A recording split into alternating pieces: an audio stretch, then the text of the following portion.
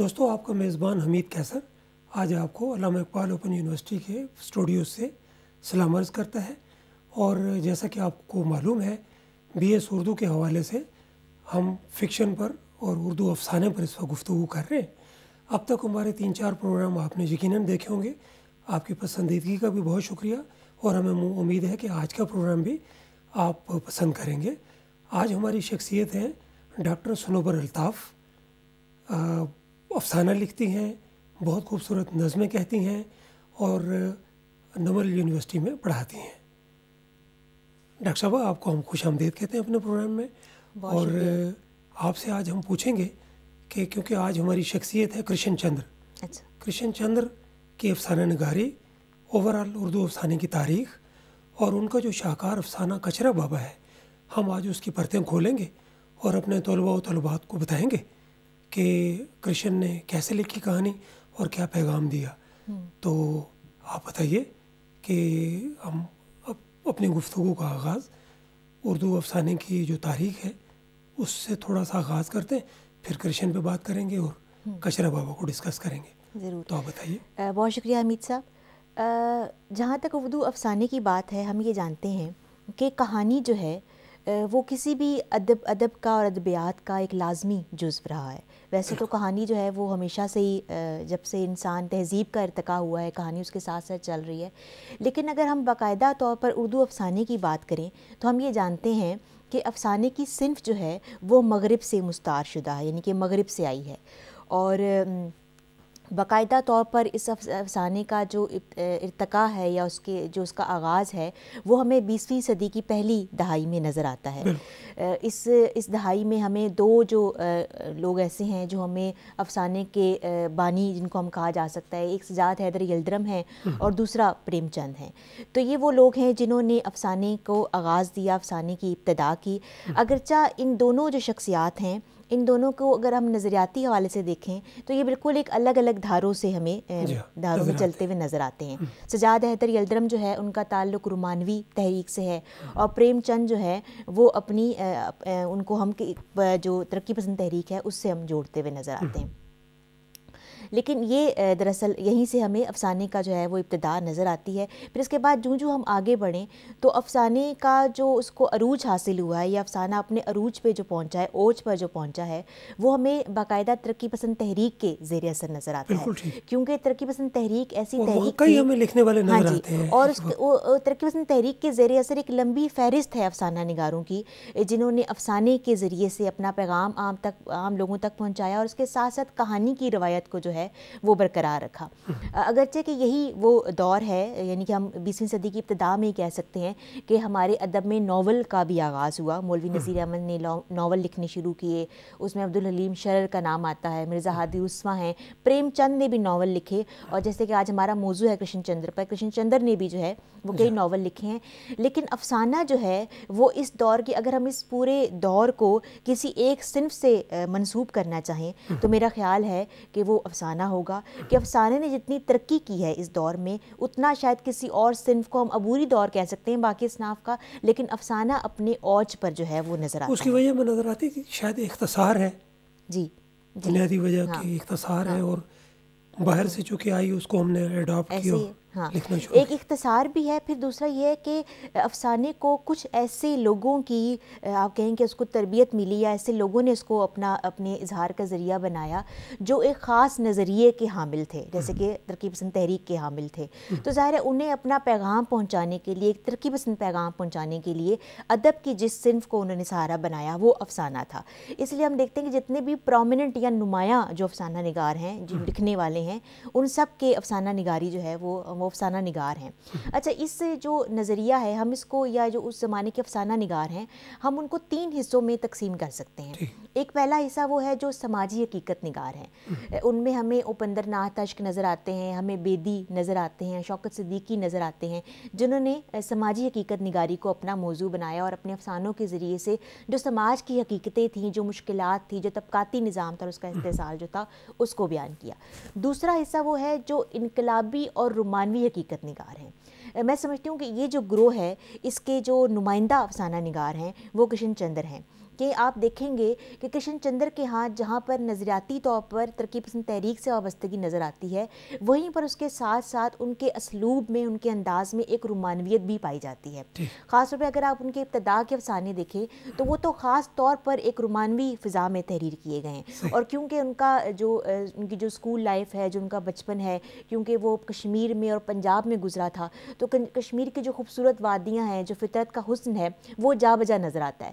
لیکن جو ان کی ایک نظریاتی تربیت ہوئی اور وہ باقاعدہ انہوں نے لینن کو، کارل مارکس کو، گورکی کو پڑھنا شروع کیا، تو انہوں نے اس نظریے کو بھی اپنایا. تو ہم کہتے ہیں کہ کیوں ان کا اسلوب جو ہے وہ رومانوی ہے، لیکن اپنے پیغام میں اور اپنے نظریے میں جو ہیں وہ ترقی پسند تھے یا حقیقت نگار تھے.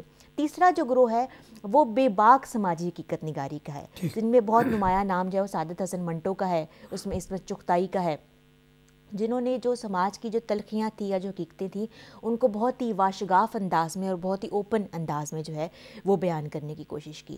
تو کرشن چندر جو ہے ہمیشہ جو ہے وہ ترقی پسند تحریک کے جو لکھنے والے ہیں ان سے ایک شکوہ رہا ہے آرٹ یا فن سے وابستہ لوگوں کا، وہ یہ کہ یہ اپنے پیغام یا اپنے نظریے کو جب پھیلاتے ہیں یا اس کا اظہار کرتے ہیں تو فن جو ہے وہ مجروح ہو جاتا ہے، یا فنی نزاکتیں یا لطافتیں جو ہیں وہ کم ہو جاتی ہیں. میں سمجھتی ہوں یہاں پر اگر ہم نے ایک بیلنس دیکھنا ہو یا ایک توازن دیکھنا ہو فن کے حوالے سے اور فکر کے حوالے سے، تو ہمیں کرشن چندر میں نظر آتا ہے کہ انہوں نے اپنا نظریہ، اپنا پیغام، اپنی بات بھی پوری طرح سے پہنچائی ہے، اور اس کے ساتھ ساتھ انہوں نے فن کی جو حرمت تھی یا فن کے جو تقاضے تھے اس کو بھی مجروح ہونے نہیں دیا.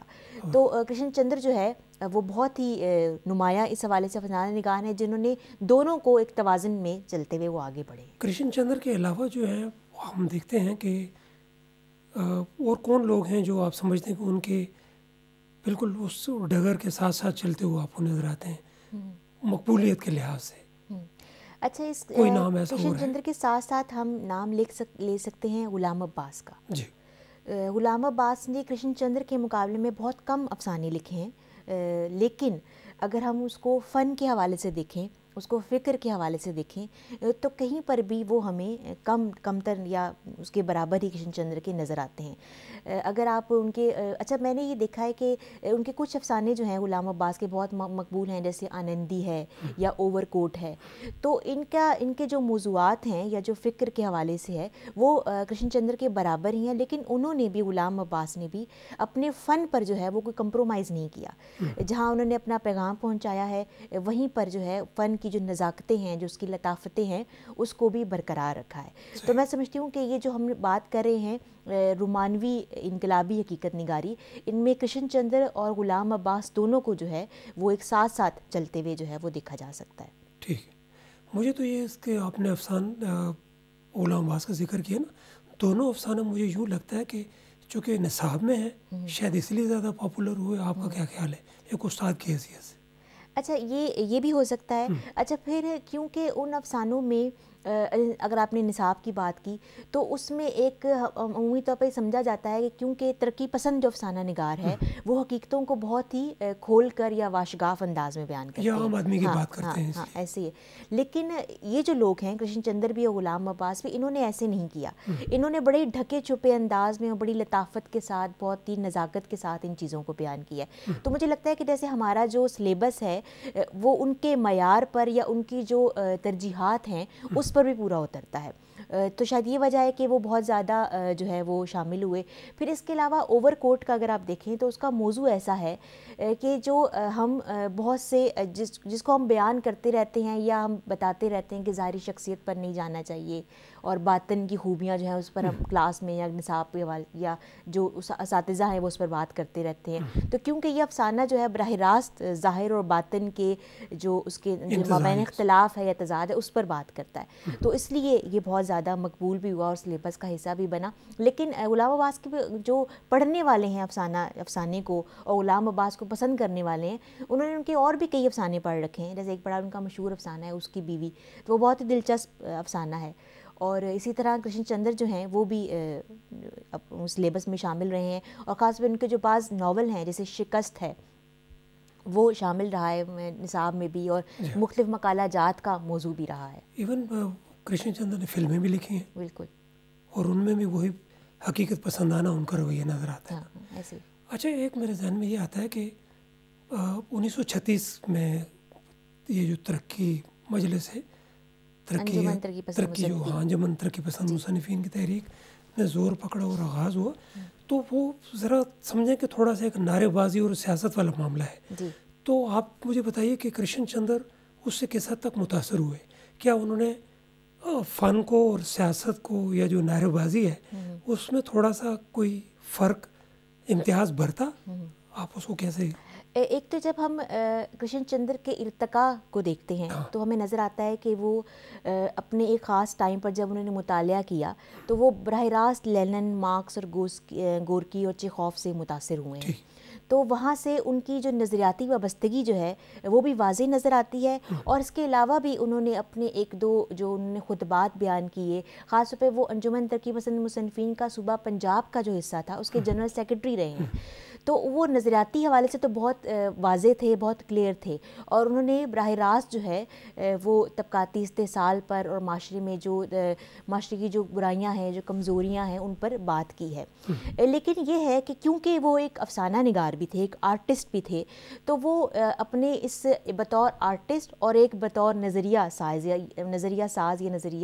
نظریے کے حوالے سے، نظریاتی شخصیت کے حوالے سے، ان دونوں کے مابین ایک بیلنس کرنا یا توازن کرنا جانتے تھے. تو میں خاص طور پہ ان کا جو اگر آپ نے افسانہ یقیناً دیکھا ہوگا، ان کے جو ابتدا کے جو مشہور افسانے ہیں ان میں سے ایک افسانہ ہے انداتا کے نام سے. تو وہ افسانہ میں سمجھتی ہوں اپنے کرافٹ میں، فن میں اور اپنے پیغام میں ایک بہت ہی بھرپور افسانہ ہے. دیکھیں جو ترقی پسند تحریک والے ہیں وہ یہ سمجھتے تھے کہ ادب جو ہے وہ زندگی کے لیے ہونا چاہیے. ٹھیک ہے، عموماً یہ ہوتا ہے کہ بہت سے لکھنے والے وہ زندگی پر توجہ رکھتے ہیں لیکن ادب پر ان کی نظر جو ہے وہ نہیں جاتی ہے. لیکن کرشن چندر نے ایسا نہیں کیا. وہ یہ جانتے تھے کہ جب ہم آرٹ کی بات کر رہے ہیں یا ادب کی بات کر رہے ہیں تو پہلے ادب ہے، یعنی اس آرٹ ہے، اس فن کی کچھ تقاضے ہیں، پہلے ان کو منوزے ہاتھ رکھنا ہوگا اور اس کے بعد اپنے پیغام کو جو ہے وہ پیش کرنا ہوگا. اور ہمارے پاس عالمی ادبیات میں بھی اور اس کے علاوہ ہمارے جو اردو کے ادبیات ہیں اس میں کئی ایسی مثالیں ہیں جنہوں نے اپنے پیغام کو اتنی خوبصورتی کے ساتھ، اتنے جو ایسے ہی ہے بالکل ایک خاص تلازمے کے ساتھ، ایون کہ خود منٹو بھی ہیں تو کہیں پر بھی ان کا افسانہ اتنا مربوط ہے کہ آپ ایک لائن بھی ادھر سے ادھر نہیں کر سکتے، اتنا پرفیکٹ ہے وہ. تو یہ جو میں سمجھتی ہوں یہی پہچان جو ہے وہ ایک مکمل آرٹسٹ کی ہوتی ہے کہ وہ فن کو اور فکر کو دونوں کو ساتھ لے کر چلتا ہے، توازن رکھتا ہے. جی اچھا ڈاکٹر صاحبہ، ہم آج کرشن چندر کا جو کچرا بابا ہے افسانہ اس پر بات کریں گے. تو آپ بتائیے ذرا کرشن چندر کا جو یہ افسانہ ہے کیوں کچرا بابا کیوں اور دوسرے افسانے کیوں نہیں؟ اچھا یہ دیکھیں کہ اس کی امپارٹنس کیوں ہم فیل کرتے ہیں؟ ہم کسی بھی لکھنے والے کو یا مصنف کو کیسے پہچان سکتے ہیں؟ ہم اس کو اس کے موضوعات سے پہچانتے ہیں. اگر وہ فکشن لکھنے والا ہے تو اس کے کرداروں سے پہچانتے ہیں. کرشن چندر کے افسانوں کے جو زیادہ تر کردار ہیں وہ یا تو کلرک ہیں یا مزدور ہیں یا کسان ہیں یا مختصراً میں کہوں کہ وہ ایک نچلے طبقے سے ہیں، عام آدمی ہیں. تو ایسے کرداروں کو لینا جو ہے وہ کرشن چندر کی ایک نمایاں خوبی ہے اور ان کے ذریعے سے افسانہ بنانا بے شک ایک قابل تحسین بات ہے. اب بات میں کروں کچرا بابا کی تو اس میں انہوں نے ایک افسانے میں سوسائٹی یا معاشرے کے 2-3 پہلوؤں کو اجاگر کیا ہے. یعنی 2-3 ایسی جو کمیاں ہیں معاشرے کے اندر، ہمارے معاشرے کے اندر، اس کو اجاگر کیا. جیسے کہ ایک شخص جو ہے وہ جب ہسپتال میں داخل ہوتا ہے تو انہوں نے صرف 1 یا 2 لائنوں میں جو ہے وہ بتایا کہ ہسپتال کا نظام جو ہے وہ کیسا ہے کہ وہ غریب شخص کو صحت کے معاملات تک پہنچنے میں کتنی مشکل درپیش ہوتی ہے. اور یہ پروسیجر یا عمل جو ہے یہ اتنا طویل ہے کہ اس کو اس کی ملازمت سے ہاتھ دھونے پڑتے ہیں، گھر کے بیوی کے زیور بالکل ایسے ہی. اور دیکھیں کہ ظاہر ایک جو عام شخص ہے، عام فرد ہے، اس کی زندگی جو ہے وہ اس کی ملازمت پر ڈیپینڈ کرتی ہے، کیونکہ یہی وہ ایک واحد وسیلہ یا ذریعہ ہوتا ہے جس کے ذریعے سے وہ اپنی زندگی کو آگے بڑھا رہا ہوتا ہے، اپنے سروائیول کے لیے جنگ لڑ رہا ہوتا ہے. اور اگر ایک ایسا شخص بیمار ہو جائے اور 2-3 مہینے اس کو ہسپتال رہنا پڑے تو وہ اس بڑے وسیلے یا بڑے ذریعے سے جو ہے وہ اس کو چھوڑ دیتا ہے. یہاں پر ایک بڑی اچھی انہوں نے ایک لائن لکھی ہے کہ شاید میں ایگزیکٹ مجھے ورڈنگ یاد نہیں، لیکن انہوں نے کہا کہ جو دفاتر ہیں یا جو ادارے ہیں وہ ایسا ہی کرتے ہیں کہ جیسے ہی کوئی جگہ خالی ہوتی ہے اس جگہ کو فل کر دیا جاتا ہے. تو یہاں پر کرشن چندر جو ہے وہ اداروں سے ایک طرح سے شکوہ گنا بھی ہیں کہ وہ لوگوں کو فوراً سے ریپلیس کر دیتے ہیں. اداروں کے اندر جو ایک حساسیت ہوتی ہے اپنے ورکر کے لیے، اپنے ملازم کے لیے، وہ نہیں ہے، بلکہ فوراً سے جگہ فل ہو جاتی ہے. وہ فالتو پرزے کی طرح اس کو نکال دیا اور نیا پرزہ وہاں ڈال دیا ہے نا. بالکل ایسے ہی. پھر میں اس بات کو تھوڑا اور آگے بڑھاؤں اس طرح سے کہ دیکھیے کہ وہ ہمارا مرکزی کردار جو ہے کچرا بابا کا، وہ اس کا ایک گردہ نکال دیا گیا. اس بیچارے کی بیوی کی وفاداری دیکھیں، اپنے زیور بھیج دیے. جب اس کی ملازمت گئی تو کرشن لکھتے ہیں کہ سمجھیں کہ اس کا دوسرا گردہ نکال لیا گیا. کمال، کیسا دکھ پرویا. بالکل ایسے ہی ہے. اچھا اب آپ یہ دیکھیں کہ کیونکہ یہ ایک نچلے طبقے کی کہانی، نچلے طبقے کے کردار ہیں، تو انہوں نے ہر کسی کو اس نچلے طبقے کی جو نفسیات ہے اس کے مطابق ہی دیکھا ہے. ایک اس شخص کی نفسیات ہے جو بستر پہ پڑا ہوا ہے اور شدید بیمار ہے اور وہ چل بھی نہیں سکتا، اور جو ڈاکٹر جو ہے وہ اسے کہہ دیتا ہے کہ آپ جو ہیں وہ چلے جائیں، کیونکہ آپ مزید آپ گھر پہ آرام کریں. کیونکہ ظاہر ہے یہاں پر ایک ہسپتال کی یا جو صحت کا جو عملہ ہے یا صحت کا جو ادارہ ہے اس کی جو مسائل ہیں وہ بھی نظر آتے ہیں کہ ظاہر ہے ان کے پاس بھی وہ بستر جو ہے وہ مزید ٹائم تک کے لیے خالی نہیں ہو سکتا. اب یہاں پر ہمیں جو سرکاری اسپتال ہیں یا سرکاری ادارے ہیں ان کے حوالے سے چیزیں نظر آتی ہیں، ان کے مسائل نظر آتے ہیں، اور ساتھ ساتھ ہمیں جو ایک غریب طبقہ ہے اس کے مسائل تو نظر آ ہی رہے ہیں.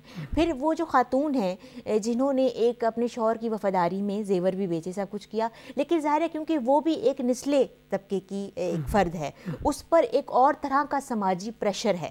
ٹھیک ہے، تو وہ ملازمت کرتی ہے اور اس کے بعد ایسے امید سے بھی ہے، بچے کی اس کو خواہش بھی ہے، دونوں کو ہے، لیکن غربت آڑے آ رہی ہے اور اس سے پہلے ہی وہ کسی اور کا ہاتھ تھام لیتی ہے، دوسرے ڈگر پہ چل نکلتی ہے. اور جو ان کی امیدوں کا مرکز ہے، جو کسی بھی میرے خیال میں جو ایک بچہ ہے یا اولاد ہے وہ صرف امید کا مرکز ہوتی ہے، بلکہ آپ کو ایک اچھے مستقبل کی ایک نظر آ رہی ہوتی ہے، ضمانت ہوتا ہے. بالکل ایسے ہی ہے. لیکن جب وہ بھی ان کے ہاتھ سے چھن گیا تو شاید ان دونوں جو مرکزی کردار ہیں، جو میاں بیوی ہیں، ان کے پاس ایک امید اور ایک مستقبل جو ہے وہ اپنی زندگی کا بھی لے سکتے ہیں، اپنے تعلق کا بھی مستقبل سمجھ سکتے ہیں، وہ ان کے ہاتھ سے چھن گیا.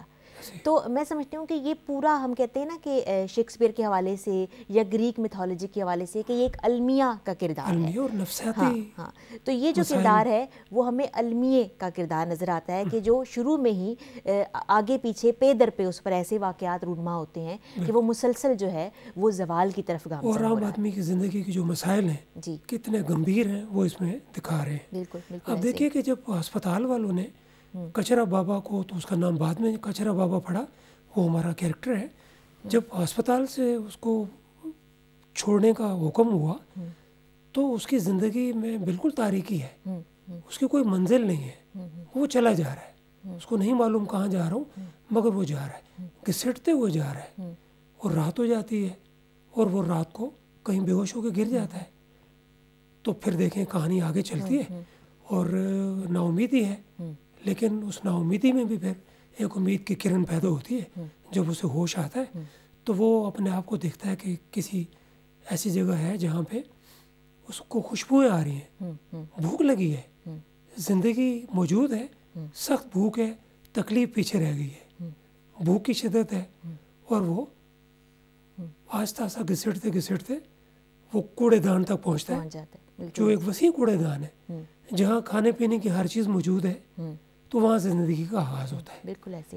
اچھا یہاں پر ایک اور بات بھی جو ہمیں ترقی پسند جو نظریے کے حامل افراد ہیں ان کے یہاں نظر آتی ہے کہ ترقی پسند کا ایک لوگو رہا ہے کہ جو زندگی پر تنقید تو سبھی لوگ کرتے ہیں، لیکن اصل مقصد یہ ہے کہ زندگی کو بدلا جائے، یعنی کہ زندگی میں آسانیاں پیدا کی جائیں، اور زندگی میں جو معاشرے کے اندر جو استحصال ہو رہا ہے اس کے خلاف یا اس کو بدلنے کا جو ہے وہ مقصد جو ہے وہ اپنایا جائے. تو یہاں پر ہمیں جو ہمارے جو کرشن چندر ہیں وہ اپنے اس افسانے میں معاشرے کے جن پہلوؤں پر اس کو انڈر لائن کر رہے ہیں، ان کو اجاگر کر رہے ہیں، دراصل وہ ان کو صحیح کرنا چاہتے ہیں، ان کو درست کرنے کے خواہاں ہیں. تو یہی وجہ ہے کہ ہمیں افسانے کے جگہ جگہ پر اب وہ شخص جو ہے جو مرکزی کردار ہے کچرا بابا، وہ کئی عرصے تک اس کچرے کے ڈھیر پر جو ہے 20 سال گزر گئے، ہاں وہ بیٹھا رہتا ہے، 20 سال تک بیٹھا رہتا ہے، اور اس کے پاس کوئی ذریعہ نہیں ہے کمائی کا، کوئی اسے پوچھتا بھی نہیں ہے، نہ تو کوئی ریاستی حوالے سے کوئی ایسے اقدامات ہوتے ہیں کہ جو اس کو ایسے کہ جو اس کو ایسی جگہ پر پہنچا سکے کہ وہ عزت دار طریقے سے یا اچھے طریقے سے اس کو کھانا فراہم کیا جا سکے، یا اس کو جو زندگی کے جو باقی وسائل ہیں ان تک رسائی ہو سکے، اور وہ ایک عرصے تک جو ہے 20 سال تک وہ وہیں پر کچرے میں بیٹھا رہا اور وہیں کچرے سے اپنا جو کھانا ہے وہ حاصل کرتا رہا۔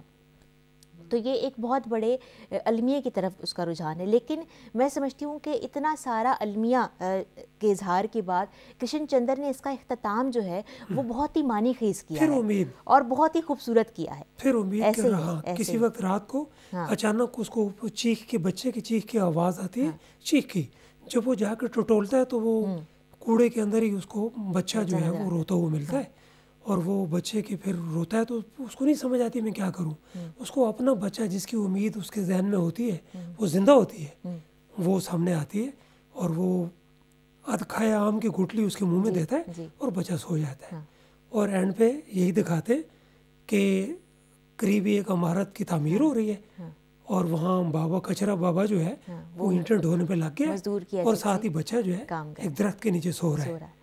تو اب دیکھیں یہاں پہ جیسے کہ میں نے پہلے کہا کہ ایک بچہ یا اولاد جو ہے وہ امید کی علامت ہے اور ایک مستقبل کی، جیسے کہ آپ نے کہا، ضمانت ہے۔ تو اب یہاں پر دیکھیں کہ شاید ہم سب انسانوں کو، ہمیں زندگی گزارنے کے لیے، اس کو سروائیول کے لیے ہمیں کسی نہ کسی آسرے کی یا سہارے کی ضرورت ہوتی ہے۔ تو وہ کچرا بابا جس نے 20 سال کچرے میں گزار دیے، وہیں پر وہ رہا، ایک بچہ جو ہے اس نے اس کی زندگی کو بالکل بدل دیا، اور اب بچہ جو ہے وہ اس کی زندگی کا محرک بن چکا ہے۔ تو اب اس حوالے سے ہم سے کئی معنی لے سکتے ہیں، اس کے بہت سے معنی بن سکتے ہیں۔ ایک تو یہ بن سکتا ہے کہ جو ہے ظاہر ہے کہ اگر آپ کسی شخص کی زندگی کو تبدیل کرنا چاہیں، ٹھیک ہے، تو اس کی زندگی میں ایک امید لانے کی ضرورت ہے۔ فرض کریں جیسے کہ کیونکہ میں خود افسانہ نگار ہوں، آپ بھی افسانے لکھتے ہیں، تو اگر ہم اس افسانے کے اختتام کو بدلنا چاہیں، تھوڑا سا تبدیل کرنا چاہیں، تو اگر ہم دیکھیں کہ اگر اس بچے سے پہلے کچرا بابا تک کوئی امداد مل جاتی، یا وہ کسی ایسی جگہ پر چلا جاتا ہے جہاں پر اس کی ذہنی صحت اور جسمانی صحت پر توجہ دی جاتی، جیسے اولڈ ہاؤسز، ہاں جی بالکل، تو بھی وہ اپنی عام معمول کی زندگی پر گامزن ہو سکتا تھا۔ لیکن کیونکہ ایسی کوئی امداد سوسائٹی کا، ہم اس کو المیہ کہیں کہ نہیں مل سکی، تو شاید ایک اس کو اوپر جو ہے ایک غیب کی طرف سے ایک مدد ملی کہ اس کو ایک بچہ آ گیا اور اس نے اس کو سہارا دیا۔ دوسری اس کی یہ بھی ہو سکتی کہ وہ کردار جو ہے وہ زندگی گزارنا چاہتا تھا، تو اس نے اس کو اس بچے کا سہارا جو ہے وہ فوراً قبول کر لیا۔ ڈاکٹر صاحب وہ بہت شکریہ۔ دیکھیے کرشن چندر ایسی بڑی شخصیت ہیں، اور افسانہ ان کا دیکھیں شاہکار افسانہ جس کی کئی جہتیں اور پرتیں ہیں، ہم ان پہ گھنٹوں بات کر سکتے ہیں، لیکن ظاہر ہے ہمارے پروگرام کی وقت جو ہے وہ قلیل ہے۔ آپ کا بہت شکریہ۔ ہم آئندہ بھی افسانوں پہ گفتگو کریں گے دوسری شخصیات کے۔ دوستو آپ کو امید ہے ہمارا پروگرام پسند آیا ہوگا، اور آپ کا بہت شکریہ۔ السلام علیکم۔